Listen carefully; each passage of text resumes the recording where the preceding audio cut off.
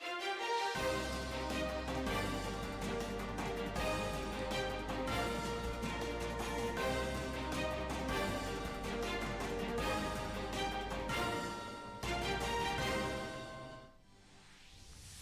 भर में रोजगार मेलों का इनेकाद। वजीर आजम नरेंद्र मोदी ने वीडियो कॉन्फ्रेंसिंग के जरिए 51,056 तकरूरी नामे किए तकसीम।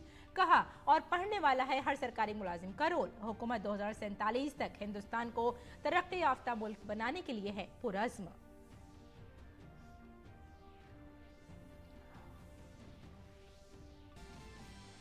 पीएम मोदी ने रोजगार मेले में बड़ी तादाद में बेटियों को सौंपे तकरूरी लेटर। कहा आज खला से लेकर खेलों तक बेटियां बना रही हैं नए रिकॉर्ड।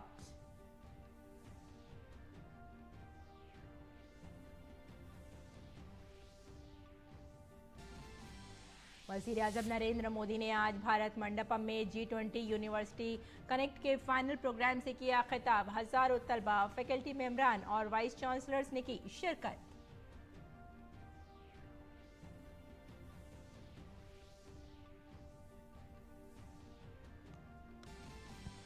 वजीर दिफा राजनाथ सिंह ने Indo Pacific army chiefs conference से किया खिताब। कहा वजीर आजम नरेंद्र मोदी का 5S का मंत्र हिंद बहरुल काहिल खित्ते की कामयाबी का है कलीद। बाहमी एहतराम, बातचीत, ताउन, अमन और खुशहाली है जरूरी। मगरबी बंगाल में डेंगू की तबाहकारियां, 35 अफराद जान से हाथ धो बैठे। 40,000 से जायद लोग मुतासिर। दारुल हुकूमत कोलकाता और रियासत का जुनूबी हिस्सा सबसे ज्यादा मुतासिर।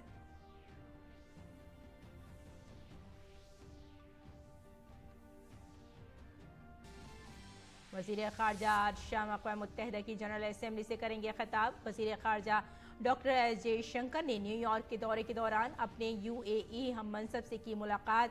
अहम उमूर पर किया तबादला ख्याल।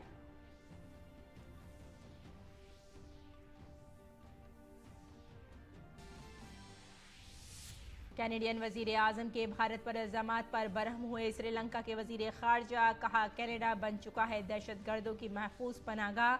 श्रीलंका में खौफनाक कत्लेआम से मुताल्लिक ट्रूडो के बयान को भी करार दिया झूठ।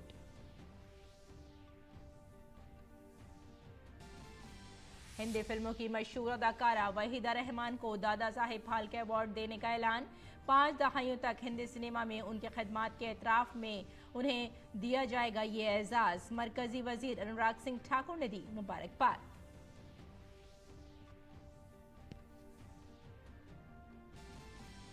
चीन में जारी 19वीं एशियन गेम्स में हिंदुस्तान ने रकम की तारीख। 41 साल बाद घुड़सवारी टीम को मिली सुनहरी कामयाबी। 3 गोल्ड मेडल्स के साथ हिंदुस्तान के कुल तमगों की तादाद हुई 15।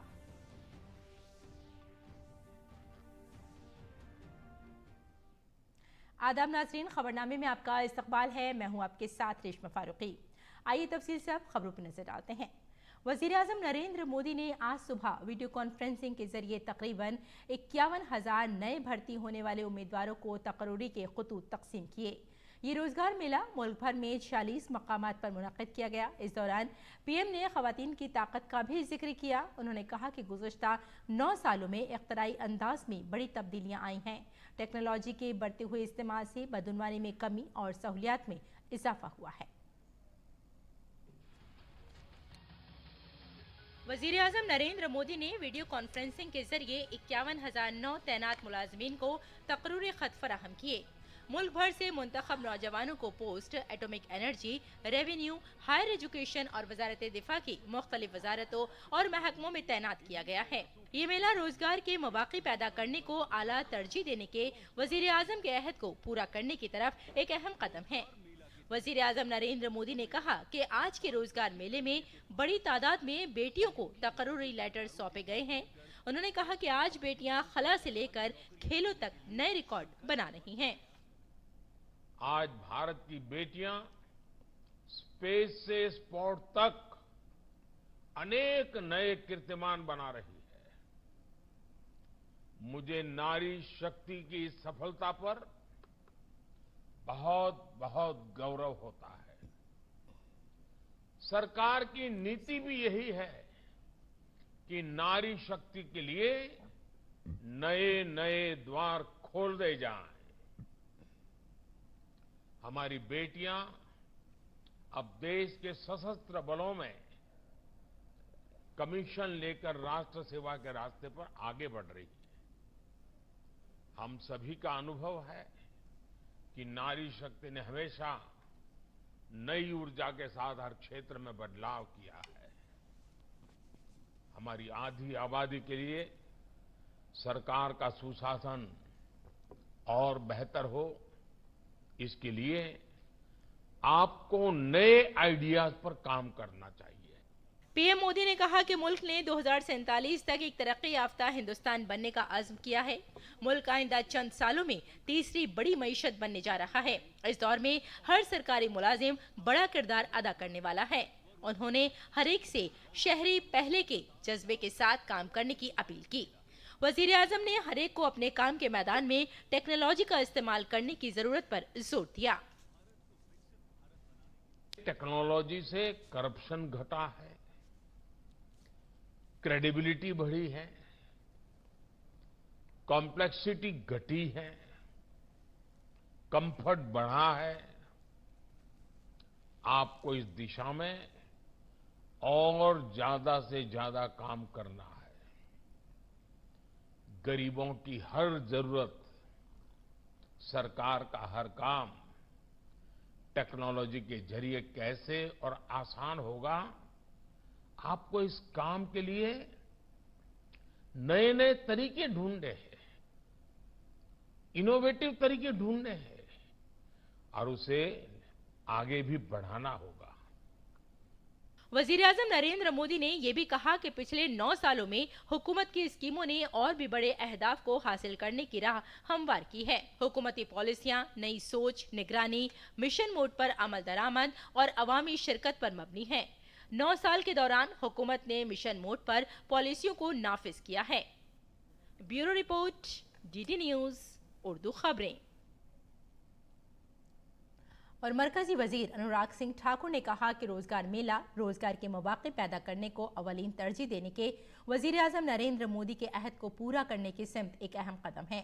उन्होंने कहा कि नौजवानों के ख्वाबों को पूरा करने के लिए मोदी हुकूमत मुल्क के हर तबके और हर इलाके के नौजवानों के लिए रोजगार मेले का इनेकाद कर रही है। प्रधानमंत्री रोजगार मेला के अंतर्गत 10 लाख भारतीयों को सरकारी क्षेत्र में नियुक्ति पत्र देने का जो एक संकल्प माननीय प्रधानमंत्री जी ने लिया है, उसी के चलते आज 51,000 युवाओं को रोजगार देश भर में दिया गया। 46 स्थानों पर इस कार्यक्रम का आयोजन किया गया। तो ये अपने आप में दिखता है कि कैसे मोदी सरकार ने सरकारी क्षेत्र में रोजगार की अपार संभावनाएं खड़ी की हैं और साथ ही साथ स्वरोजगार के लिए भी जहां एक और मुद्रा योजना, स्टार्टअप इंडिया और स्टैंड अप इंडिया बहुत सफल साबित हुए। केवल मुद्रा में ही 34 करोड़ लोन दिए गए, जो लाखों करोड़ रुपए के ऋण बगैर किसी गारंटी के दिए गए और वहां पर भी करोड़ों लोगों को रोजगार स्वरोजगार के अवसर उत्पन्न हुए हैं। उन्होंने कहा कि एनडीए इत्तेहाद 2014 और 2019 में भी मजबूत था और इसने दोनों बार मुकम्मल अक्सरियत के साथ हुकूमत बनाई और 2024 में भी बीजेपी की हुकूमत बनेगी। भारतीय जनता पार्टी ने गठबंधन दल जितने भी हमारे रहे, पहले भी और अब भी, उन सबको महत्व भी दिया, साथ भी दिया, एक परिवार के रूप में ही साथ में लेकर चले हैं। और आगे भी जिस तरह से आपने देखा जेडीएस भी जुड़ा, कई और दल एक के बाद दूसरे जुड़ भी रहे हैं। एनडीए का गठबंधन 2014 में भी मजबूत था, 2019 में भी, और दोनों बार पूर्ण बहुमत से सरकार बनाई और 24 में भी एनडीए की सरकार नरेंद्र मोदी जी के नेतृत्व में ही बनेगी। अरुणाचल प्रदेश के 3 खिलाड़ियों को 19वें एशियाई खेलों में वीजा न देने के बारे में मरकजी वजीर ने कहा कि ओलंपिक चार्टर के मुताबिक खिलाड़ियों को वीजा देना चाहिए था। उन्होंने कहा कि अरुणाचल प्रदेश भारत का अटूट हिस्सा है और रहेगा। जब ओलंपिक चार्टर के अनुसार वीजा मिलना चाहिए था और ओलंपिक कमेटी ऑफ एशिया का यह दायित्व भी बनता था और चीन को भी भारत के किसी भी कोने से कोई भी खिलाड़ी जो भारत को रिप्रेजेंट कर रहा है उसको वीज़ा देना चाहिए था, लेकिन जो व्यवहार था वो अच्छा नहीं था, जो भेदभाव किया गया वो हमें मंजूर नहीं था। और इसीलिए मैंने एक बार फिर कहना चाहता हूं, अरुणाचल प्रदेश भारत का अभिन्न अंग है और रहेगा। वज़ीर-ए-आज़म नरेंद्र मोदी ने आज नई दिल्ली में भारत मंडपम में G20 यूनिवर्सिटी कनेक्ट के फिनाले इवेंट से खिताब किया। मुल्क भर के मुख्तलिफ स्कूलों, आला तालीमी इदारों और हुनरमंदी के फ़रोग़ के इदारों के 5 करोड़ से ज़्यादा नौजवानों की रिकॉर्ड तादाद ने G20 अवामी शिरकत की तहरीक में हिस्सा लिया। G20 यूनिवर्सिटी कनेक्ट पहल भारत के नौजवानों में भारत की G20 सदारत के बारे में समझ पैदा करने और मुख्तलिफ G20 इवेंट्स में उनकी शिरकत बढ़ाने के मकसद से शुरू की गई थी। वज़ीर-ए-आज़म ने यूनिवर्सिटी कनेक्ट प्रोग्राम के ग्रांड फिनाले में तलबा को पैगाम दिया कि वो अपनी सोच बड़ी करें, उनके उड़ने के लिए खुला आसमान मौजूद है।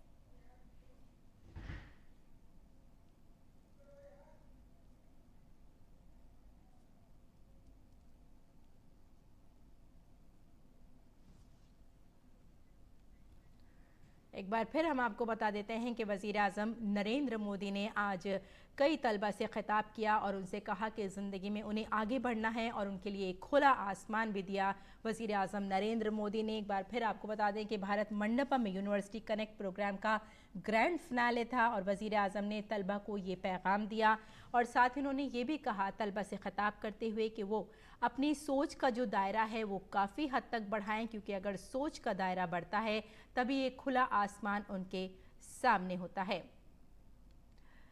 और वज़ीर-ए-आज़म ने भी कहा कि सऊदी अरब अगले 10 बरसों में भारत में $100 अरब की सरमायाकारी करने के लिए जा रहा है। और आगे बढ़ते हैं। वज़ीर दिफा राजनाथ सिंह ने आज नई दिल्ली के मानेकशॉ सेंटर में Indo Pacific army chief conference से खिताब करते हुए कहा कि वज़ीर-ए-आज़म नरेंद्र मोदी ने हिंद बहरुल काहिल के लिए 5 ऐसे फार्मूले दिए जिनमें बाहमी एहतराम, बातचीत और ताउन, अमन और खुशहाली वगैरह शामिल हैं। Indo-Pacific region has emerged as a pivotal geopolitical and strategic concept in recent years, transforming from a primarily maritime concept into a comprehensive strategic framework. This transformation underscores the evolving dynamics in one of the most economically vibrant and strategically significant region of the world. Our Honorable Prime Minister has aptly said, our engagement in the Indo-Pacific is based on 5 yes in Hindi. Samman, that is respect. Samvad, that is dialogue. Sahyog, that is cooperation. Shanti, that is peace. And Samriddhi, that is prosperity. नई दिल्ली में 35 ममालिकी अफवाज के सरबराहान और नुमाइंदों की 3 रोज़ा conference से खिताब करते हुए भारतीय army chief general Manoj Pande ने कहा कि हालिया बरसों में हिंद बहरुल काहिल खत्ते में हुई तामीर ने जोग्राफियाई सतह पर स्ट्रेटजी में मरकजी मुकाम हासिल किया है। काबिल जिक्र है कि हिंद बहरुल काहिल के 18 ममालिक के सरबराहान और हिंद बहरुल काहिल खत्ते के 12 ममालिक के वफूद के सरबराहान इंडो पैसिफिक अफवाज के सरबराहान की इस कॉन्फ्रेंस में शिरकत कर रहे हैं। भारतीय अफवाज और अमरीकी फौज Indo Pacific army chiefs conference, Indo Pacific आर्मीज management seminar और सीनियर एनलिस्टेड लीडर्स फोरम की मेज़बानी कर रहे हैं। प्रोग्राम का मरकजी मौजू अमन के लिए एक साथ हिंद बहरुल काहिल खत्ते में अमन और इस्तेहकाम को बरकरार रखना है। The symposium, in fact, serves as a shining example of what can be achieved when nations come together with a common purpose. The central theme of our deliberations stands as Together for Peace, Sustaining Peace and Stability in the Indo-Pacific region. The Indo-Pacific construct has come to occupy central space in the contemporary geostrategic canvas in recent years. Its significance is a reflection of the evolving dynamics in the political, security, economic, and environmental domains of today's world. The region is not only a cauldron of cultures, histories, resources, and opportunities, but is also a theater of complexities and challenges. The outcomes from this session shall form the building blocks for a collaborative roadmap for the future. The symposium will be a testament of our shared resolve. Also, that our discussions will be fruitful, leading to our partnerships and vision from the Indo-Pacific becoming stronger and more enduring. अमेरिकी army chief of staff general Randy George ने कहा कि आज के आलमी माहौल में सच्चे इत्तेहादी और दोस्त होना बहुत ज़रूरी है। भारत और अमेरिका बाहमी ताउन और एतमाद के जरिए हिंद बहरुल खत्ते में अमन और इस्तेहकाम को बरकरार रखने के लिए मुश्तरका कोशिशें कर रहे हैं।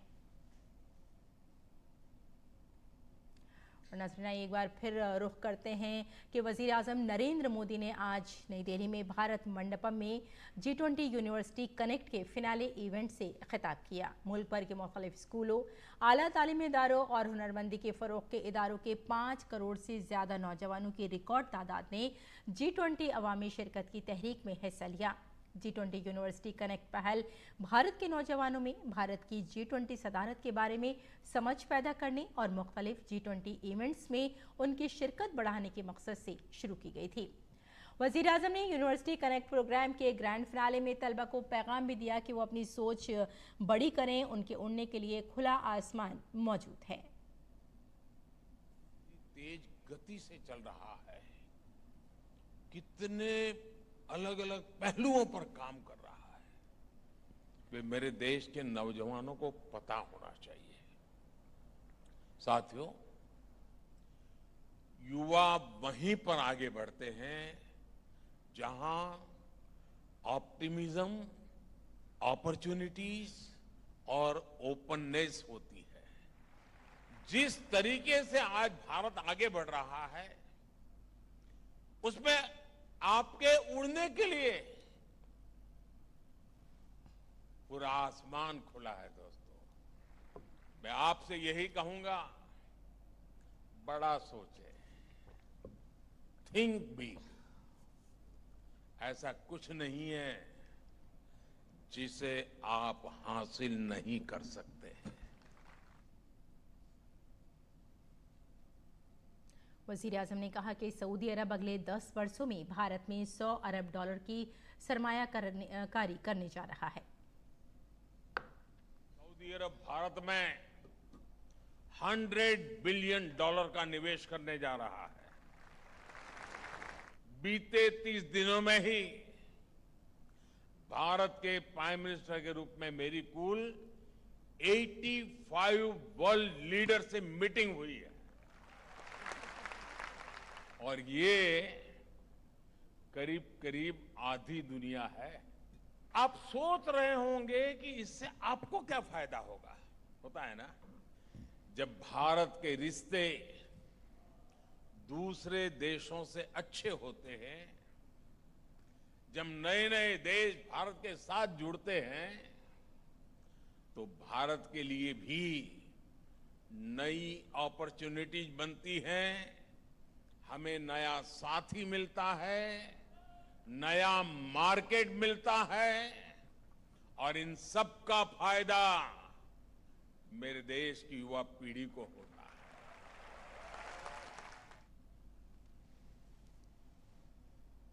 और अब बात डेंगू की। मगरबी बंगाल में डेंगू का कहर बढ़ता जा रहा है। अब तक डेंगू के 40,000 से ज्यादा मामले दर्ज हो चुके हैं। मगरबी बंगाल में डेंगू से 35 अमवात भी हुई हैं।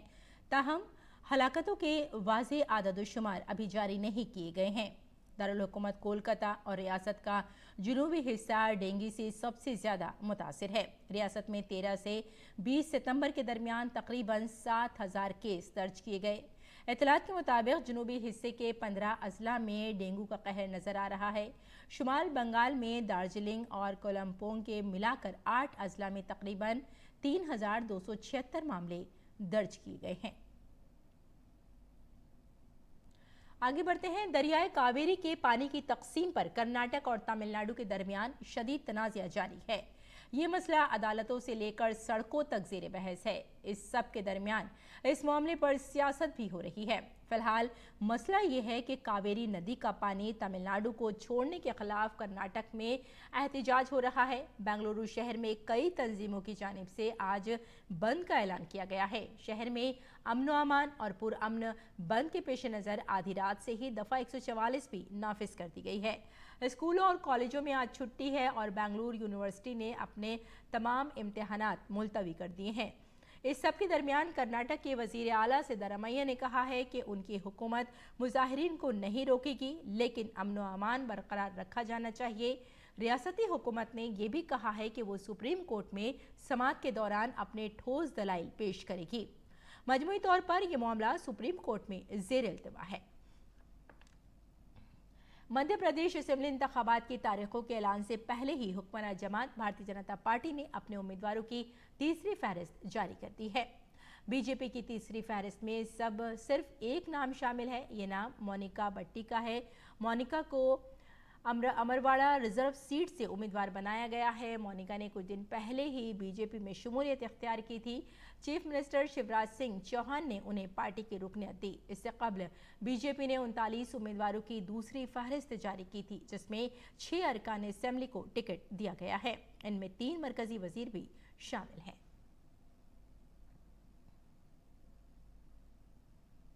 और दिल्ली से आईईडी की टीम ने राजस्थान हुकूमत में वजीर मुमलिकत बराए दाखिला राजेंद्र यादव और उनके करीबी साथियों की रिहाइशगाहों पर छापा मारा। आज सुबह ईडी की टीमें राजेंद्र यादव के ठिकाने पर पहुंची और छापामारी शुरू कर दी। मामलात के मुताबिक ये कार्रवाई कोटपुतली और बहरोड में वाक़ राजेंद्र यादव से मुताल्लिक़ कंपनियों के खिलाफ की गई है। ईडी अफसरान ने अभी तक इस बारे में कोई जानकारी नहीं दी है। टीम में दस्तावेजात और दीगर चीज़ों की जांच कर रही हैं। आपको यहाँ बता दें कि राजेंद्र यादव के ठिकानों के खिलाफ 1 साल और चंद दिनों में ये दूसरी बड़ी कार्रवाई है। इससे पहले 7 सितंबर 2022 को महकमा इनकम टैक्स ने वजीर राजेंद्र यादव के 53 मकामात पर भी छापे मारे थे।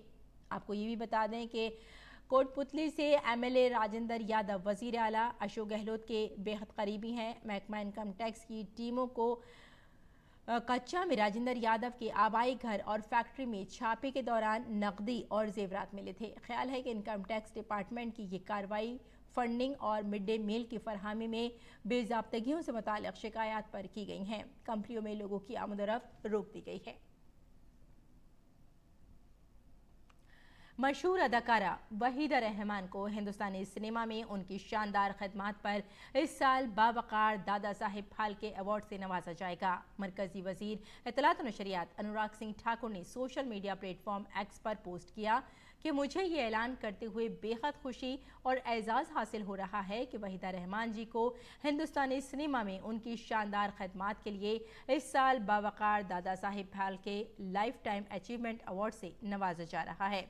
वहीदा जी को हिंदी फिल्मों में उनके किरदारों के लिए बहुत सराहा गया, जिनमें प्यासा, कागज़ के फूल, चौधरी का चांद, साहिब बीवी और गुलाम, गाइड और खामोशी शामिल हैं।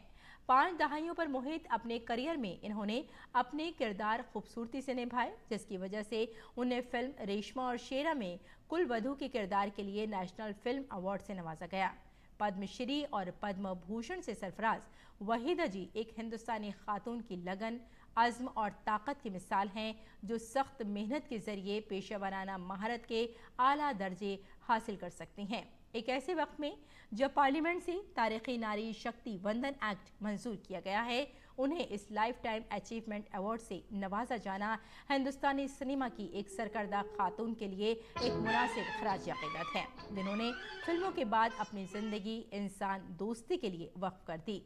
मरकजी वजीर अनुराग सिंह ठाकुर ने उनके शानदार काम के लिए एहतराम का इजहार किया है और उन्हें मुबारकबाद पेश की है।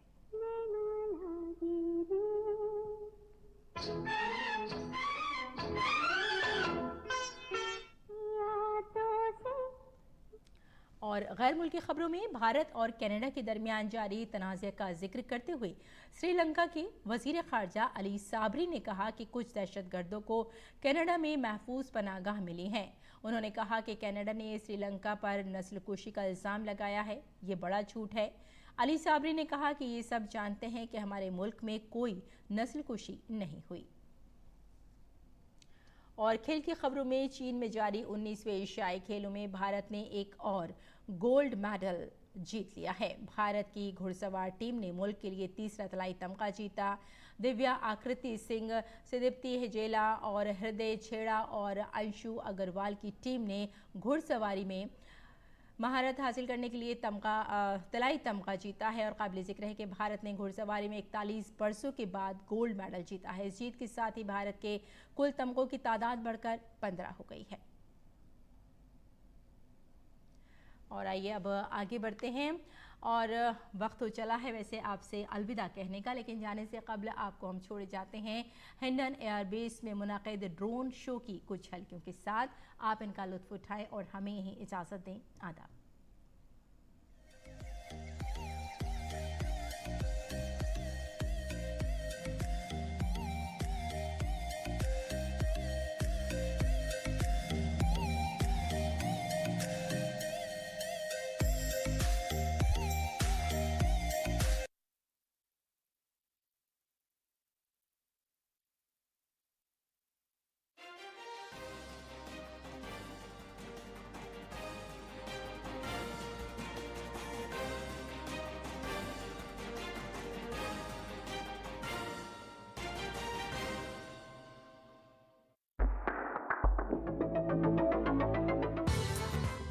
सुनने वाली मशीनें भी ना आए जिनके काम, ऐसे पूरी तरह से बहरे लोगों को सुनने की शक्ति देगा कॉक्लियर इम्प्लांट।